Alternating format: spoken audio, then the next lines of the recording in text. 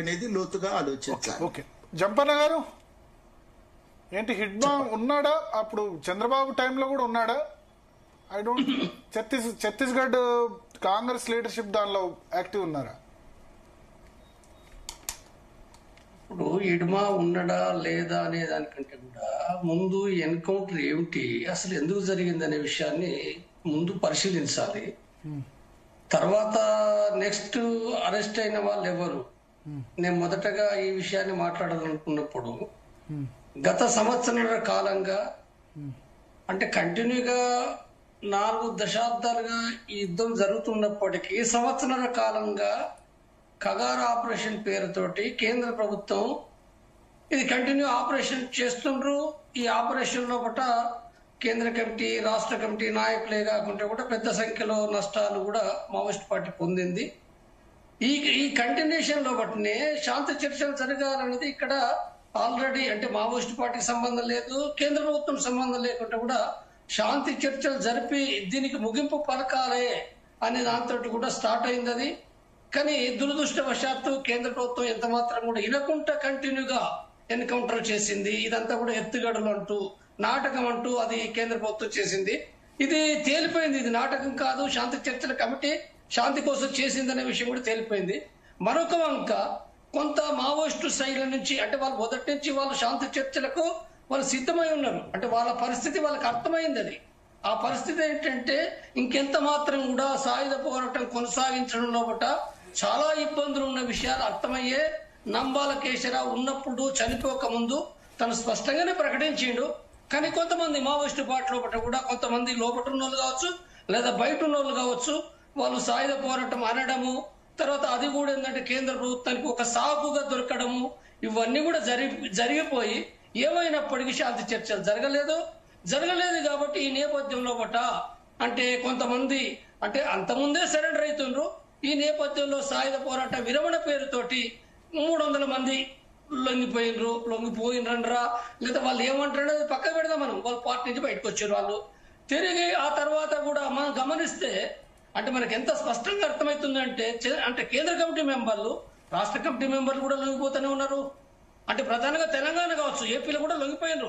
కమల్ అంటే ఆయన ఒక రాష్ట్ర కమిటీ మెంబర్ లొంగిపోయిండ్రు, తెలంగాణలో ఎక్కువ లొంగిపోయినరు. కాబట్టి ఏదైనప్పటికీ ఈ లొంగుబాటు అనేది కూడా కొనసాగుతున్న క్రమంలో ఇప్పుడు జరిగిన దాన్ని అంటే నేను చెప్పదలుచుకున్న విషయం ఏంటంటే ఒక వంక వాళ్ళ మావోయిస్టు పార్టీ సోను ఆశన్ల పైన కూడా వాళ్ళ ద్రోహులను ప్రకటిస్తూ మేము సాయుధ పోరాటాన్ని కొనసాగిస్తామని చెప్పి వాళ్ళు ప్రకటించి మరి మళ్ళీ ఏం చేసిండ్రు, వాళ్ళ యొక్క తీర్మాన ప్రకారంగా 2024 నవంబర్ తీర్మాన ప్రకారంగా అంటే సంవత్సర క్రితము వాళ్ళే ఏం నిర్ణయించుకున్నారు అంటే అనారోగ్యంగా ఉన్న వాళ్ళని బయటికి పంపాలి, వయసు మీద పడ్డాలను బయటికి పంపాలి, లేదా ఇంకెవరన్నా అంటే సాధ్యం కాదనుకున్న వాళ్ళు ఎక్కడైనా పోయి సెటిల్ కండి అని పర్మిషన్ ఇచ్చారు. ఆ permission CC member Satyanarayana Reddy, CC member Ramachandra Reddy Raipur Bilaspur లో పోయి అక్కడ అరెస్ట్ అయ్యి ఎన్కౌంటర్ అయిపోతారు. ఇది వాస్తవం 100%. తర్వాత ఇప్పుడు దాని నుంచి మనం చూస్తే ఇప్పుడు ఇవాళ విజయవాడ సంఘటనకు వస్తున్నాయి. విజయవాడది ఇడుమాది ఈ 2 వేరువేరు కాదు నా దృష్టిలో. ఈ 2 వేరువేరు కాదు. వాళ్ళు 72 మంది అరెస్ట్ అయినరా, ఎంత సంఖ్య నాకు అనవసరం, కానీ ఒక సంఖ్య అయితే అరెస్ట్ అయినరు.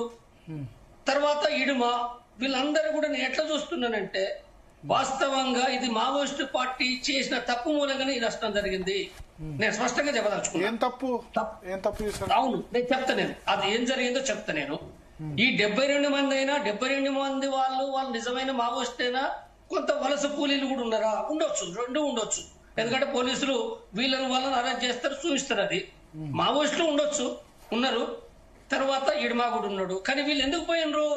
ఒక నెరేటివ్ బిల్డప్ ఏం చేస్తున్నారంటే వీళ్ళు ఆయుధాలు పట్టుకొచ్చి చంద్రబాబు చంపడానికి వచ్చిండ్రు, ఇంకెవరు చంపడానికి వచ్చిండ్రు. నేను నమ్మకపోవడం 100% అబద్ధం అది. ఎందుకంటే వాళ్ళకి ఆ శక్తి లేదు. తర్వాత ఆంధ్రలో వచ్చేసి వీళ్ళు ఎవరండి, వీళ్ళు పంపితే ఒక యాక్షన్ టీంను పంపుతారు, 4-3 ఒక యాక్షన్ టీం పంపారంటే పంపవచ్చు.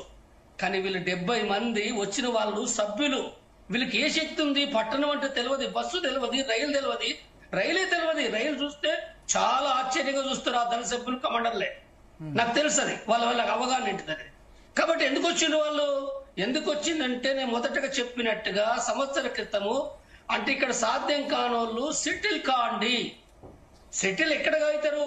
అది తమిళనాడు కావచ్చు, ఆంధ్ర కావచ్చు, తెలంగాణ కావచ్చు, లేదా ఇంకెక్కడైనా కావచ్చు. ఎవరికి అవకాశం ఉంటే అక్కడికి పోయి కూలి పనులు, వాళ్ళు ఏం చేయాలి? కూలి పనులు చేసుకోవాలి. కూలి పనులు చేసుకుంటూ 6 నెలలు ఏడాదో వాళ్ళు బతికితే ఆ తర్వాత ఆలోచిద్దామనే విషయాన్ని వాళ్ళ పార్టీ నిర్ణయించుకున్నది. నాకు అర్థమవుతుంది అది. కాబట్టి అందులో భాగంగా ఏంటంటే ఇడుమా కానీ ఇంకా మిగిలిన వాళ్ళు మరి ఎవరు నాయకులు నాకు తెలియదు, కానీ వాళ్ళు పోయిన సందర్భంగా అంటే చాలా ఆధారాలు ఉన్నాయి వాళ్ళు ఎట్లా పోయినరు ఏంటిది కానీ. కాబట్టి ఈ క్రమంలో ఇడుమా అంటే వాళ్ళు 10 రోజుల క్రితం వాళ్ళ రిపోర్ట్స్ ఉన్నాయి ఇంటెలిజెన్స్ వాళ్లకు.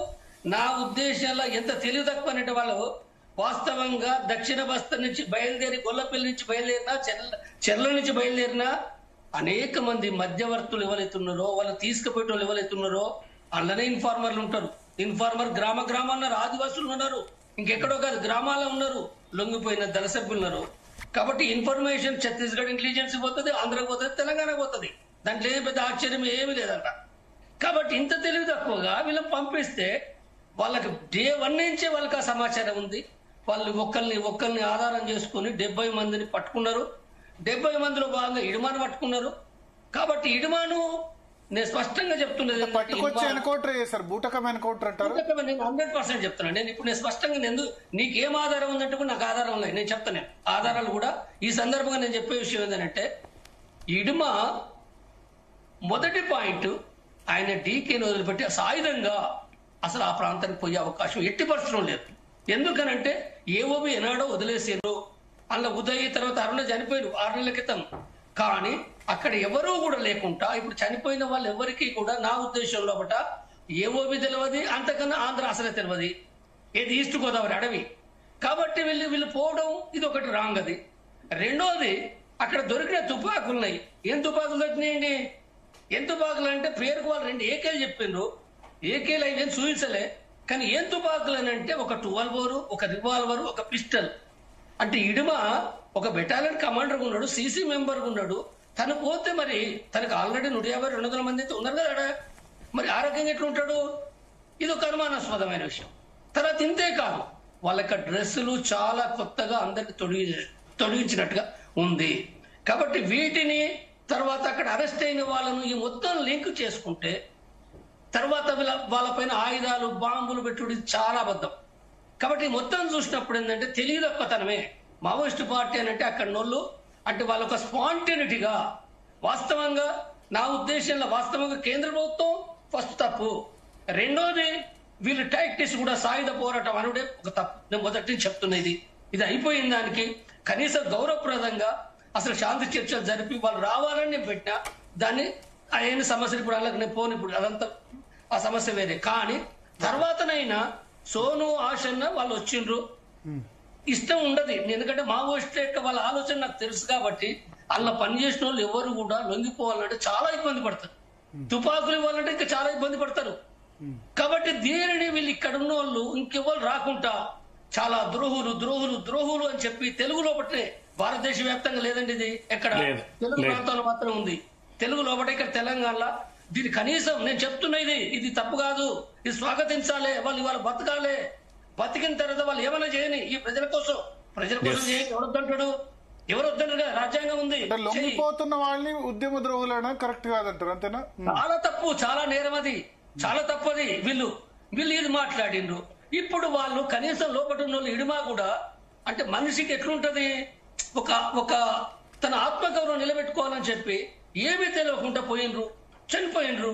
వీళ్ళు చనిపోయినరు. ఇప్పుడు వాళ్ళు జైలు వేయొచ్చు. వాళ్ళని ఏమన్నా మరి కేసులు పెట్టకుంటుంటారా? వాళ్ళు ఇప్పుడు జైల్లో పెడితే వాళ్ళంతా ఇప్పుడు బలైపోయినట్టే కదా.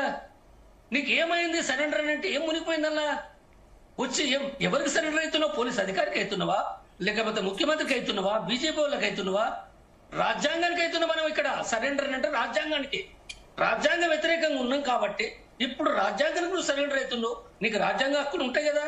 నువ్వు లొంగిపోయిన తర్వాత నువ్వు జీవించు. నేను ఎవరంటారు? నువ్వు సంఘం పెట్టుకో, పార్టీ పెట్టుకో.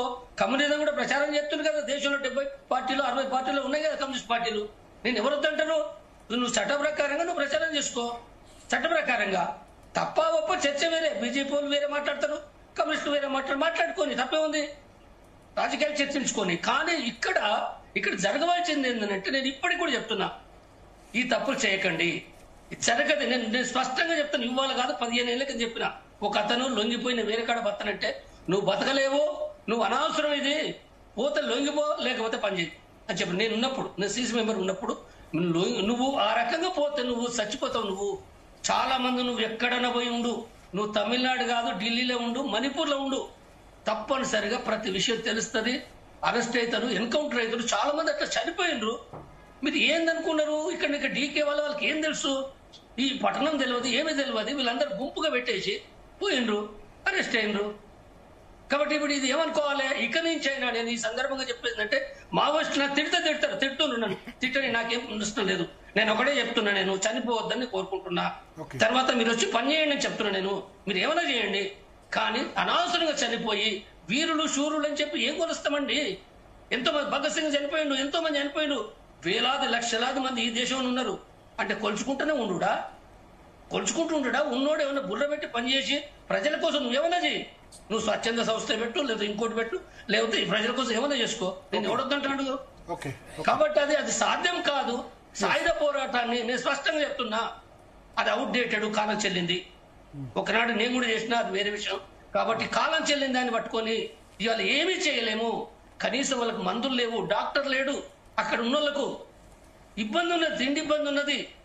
ఇవన్నీ ఇబ్బందులు ఉన్నాం కానీ ఎందుకు చనిపోవాలి వాళ్ళు? వాళ్ళంతా పేదోళ్ళు, వాళ్ళంతా కూడా 40 ఏళ్ల కింద 50 ఏళ్ల కింద పోయినరు. ఇప్పుడు మాత్రం తెలుగోళ్ళు, నేనేం చెప్తున్నానంటే, తెలుగోళ్ళు అనారోగ్యం పేరు మీద వస్తారు. ఇప్పుడు చంద్రన్ వచ్చిండు, ప్రకాష్ వచ్చిండు, ఇంకోళ్ళు వచ్చారు. మరి ఇప్పుడు వాళ్ళు చచ్చిపోవాలి అక్కడ? ఇప్పుడు ఉన్నోళ్ళు ఎవరు? తెలుగు వాళ్ళందరూ వస్తారు. ఎవరు చచ్చిపోవాలి? కొంతమంది ఆదివాసులు లొంగిపోయారు. అంటే మొండిగా ఉండేటోళ్ళు. తిరుపతి కూడా ఆంధ్ర పోలీసులో అదుపులో ఉన్నట్టు వార్తలు వస్తున్నాయి, నిజమేనా? మీకు సమాచారం? దేవ్జీనా? దేవ్జీ నేను చదివిన కాడికి దేవ్జీ గాడ్స్ అదుపులో ఉన్నారు. దేవ్జీ కాదు, దేవ్జీ రాలేదనే నేను అనుకుంటున్నా, నేను నమ్ముతున్నా. దేవ్జీ గాడ్స్ వచ్చిన ఇంకొంతమంది వేరే వాళ్ళు రావచ్చు.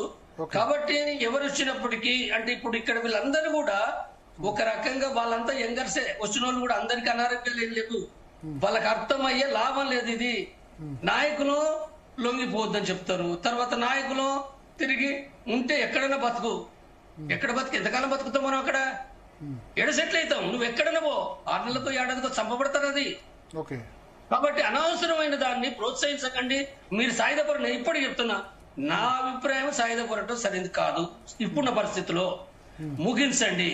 లేదు మీరు చేస్తామనుకుంటే చేసుకోండి, నాకు అభ్యంతరం లేదు. కానీ ఈ అనవసరమైన సాగు. ఈ సందర్భంగా కూడా ఒకటే విషయం ఈ సందర్భంగా నేను చెప్పేది ఏంటంటే, ఇడుమా ఏదైతుందో అది బూటకం ఎన్కౌంటర్. అది చాలా స్పష్టంగా, నేను ఇవాళ చెప్పుడే కాదు, రేపు ఎల్లుండి మరింత స్పష్టంగా అర్థమవుతుంది. అది పౌరక్కులో చెప్తున్నాను కాదు, ఎవరు చెప్పినా చెప్పకపోయినా అది బూటకం ఎన్కౌంటర్. నేను ఇంకొకటి ఏం చెప్తున్నా అంటే, ఈ సందర్భంగా కూడా అంటే ఇడుమా 30 ఎన్కౌంటర్ యాక్షన్ లో ఉన్నాడు, చాలా మంది చంపిండంటే వాస్తవమే, కరెక్ట్ లెక్కలు పక్కకు పెడతాం కదా, చంపింది వాస్తవమే. ఒక ఇడుమాని చంపిండా? మరి ఇప్పుడు ఆశను చంపలేదా, సూను చంపలేదా, జంపను చంపలేదా?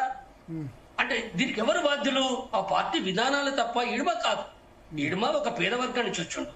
ఇడుమ ప్రజల కోసం చిన్నప్పటి నుంచి పనిచేసిండు, తన యొక్క డ్యూటీలో భాగంగా చేసిండు. కాబట్టి మనం ఇక్కడ ఒకతను దుష్టుడు, ఒకతను మంచోడు అనే కంటే కూడా ఒక విధానాల భాగంగా ఉంటది. పోలీస్ అధికారులు కూడా అంతే, పోలీస్ అధికారులు కూడా వాళ్ళ డ్యూటీలో భాగంగా చేస్తారు. ఇప్పుడు చంద్రమోహన్ అని ఎస్పీ ఉన్నాడు, రిటైర్డ్, నాకు కలిసిండు కూడా. కాబట్టి ఆయన స్పష్టంగా నాకే చెప్పి, నేను చాలా ఎన్కౌంటర్ చేసినా చెప్పిండు. అంటే ఇప్పుడు ఇక్కడ ఒక డ్యూటీలో భాగంగా పోలీస్ అధికారులు చేస్తారు, ఒక విధానంలో భాగంగా మావోయిస్టు చేస్తారు. కాబట్టి వీటికంటే కూడా ఇడుమా నేనేమంటున్నంటే, నా దృష్టిలో అయితే నేను నాకు తెలుసు ఆయన అనవసరం అంటే దొరికిన తర్వాత చంపడం అనేది అది మంచిది కాదు. అది ఎవరు, అది కరెక్ట్ కాదు. అది ఒక రకంగా నేనేమనుకుంటుంటే, ఇడుమాను చంపాలనేది ఉందో అంటే అందరినీ చంపలేదు వాళ్ళు. ఇప్పుడు అరెస్ట్ అయిన వాళ్ళు అందరినీ చంపలేదు, మంచిది. అది వాళ్ళకి కోర్టుకు హాజరుపరచాలి. కానీ ఇడుమాను చంపడం ఎందుకు అంటే, ఒక ప్రతీకారంలో భాగంగా ఇడుమా అనేది ఒక టార్గెట్ గా చంపడం అనేది కూడా అది సరైనదని నేను అనుకుంటున్నాను. అది ప్రియా చౌదరి.